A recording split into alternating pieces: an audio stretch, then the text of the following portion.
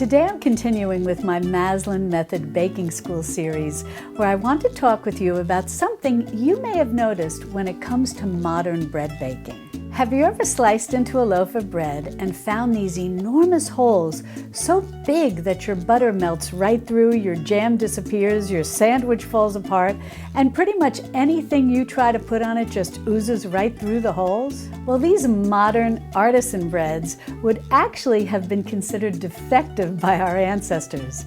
So if you want to learn how to make real bread that holds butter, jam, gravy, and is perfect for sandwiches, then you've come to the right place. Hi, sweet friends. If we're meeting for the first time, I'm Mary from marysnest.com, an author of the Modern Pioneer Cookbook and the Modern Pioneer Pantry, and I'd like to welcome you to my kitchen. Today we're continuing with the Maslin Method Baking School series, where we explore a traditional way of baking with whole grains, just as home bakers did for generations. Artisan breads are very popular today, and you will see them everywhere online. They're known for those big dramatic holes, almost like Swiss cheese on steroids. But here's something I want you to think about. Modern day artisan breads are not the kind of breads our ancestors made. When you look back at traditional breads, whether from farmhouse kitchens, village bakers, or home hearths, you'll find that their breads had a much more even, balanced crumb. Why? Because their bread was meant to be eaten with a meal. It was meant to hold butter beautifully, support a spoonful of jam, and soak up broth, soup, and gravy. It was practical, nourishing, and deeply satisfying. Today, these modern breads with all the large holes really came about through the artisan bread movement of the late 20th century, where bakers began experimenting with different ways of baking. And over time, those big holes became a kind of badge of honor. But here's the thing. Those breads are often made to be looked at more than they are made to be eaten comfortably at the table. And for us as home bakers, that can create a lot of unnecessary pressure. You might think, why doesn't my bread look like that? What am I doing wrong? But you're not doing anything wrong at all. In fact, if your goal is to make nourishing, delicious bread for yourself, your family, and your friends, you're on exactly the right path when your bread is not filled with holes. And although I shared this earlier, I want to say it again because it makes me smile. For a very long time, especially among traditional French bakers, the kind of bread we often see today with those large dramatic holes would actually have been considered a defect. Isn't that fascinating? Those big irregular holes even had a name. Bakers sometimes referred to them as mouse holes, or trous de souris in French, and they were not something to be proud of. In fact, they were seen as a sign that something had gone horribly wrong. Those holes suggested that the structure of the bread wasn't quite right, that the gluten hadn't developed in a way that could support a strong, even crumb. In other words, it wasn't considered good baking. Now think about that for a moment. Because today we often see those same characteristics being celebrated everywhere on social media.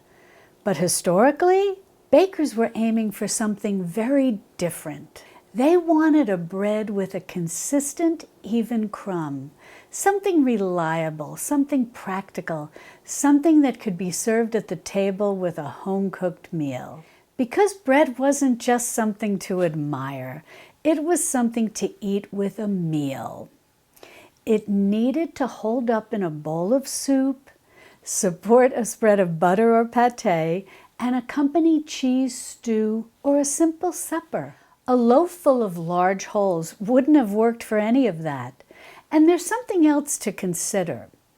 The kinds of breads that produce those large holes today often rely on very high hydration doughs, refined flours, and specific modern techniques, things our ancestors simply didn't use in the same way. Instead, they worked with what they had, whole grains and simple methods.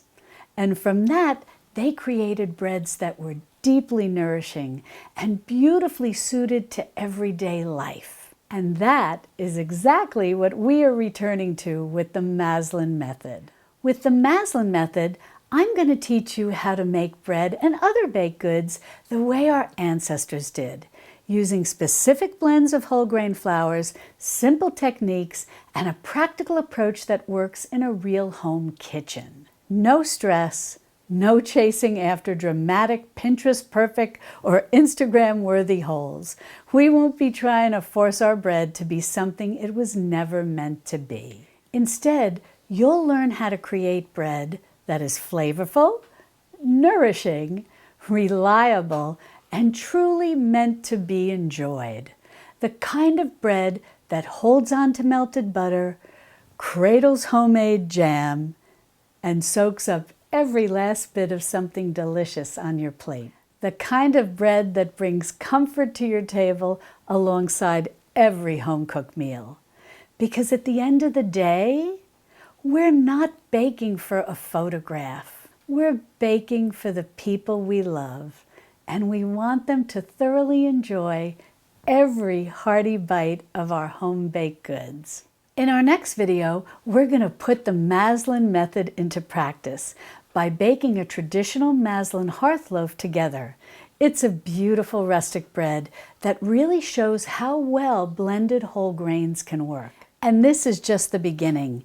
In the videos to come, we'll continue our baking journey together, exploring a wide variety of breads made with both commercial yeast and sourdough, each one building your confidence and deepening your understanding.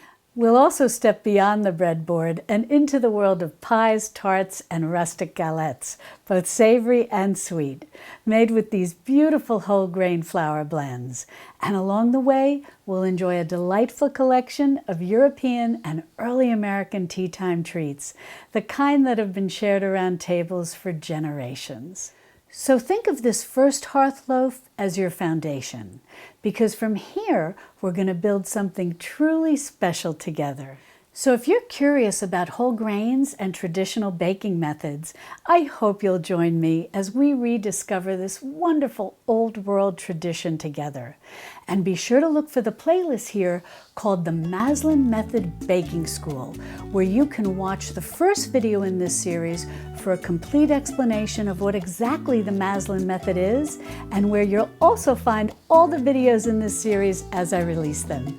And I'll see you over there in my Texas Hill Country kitchen. Love and God bless.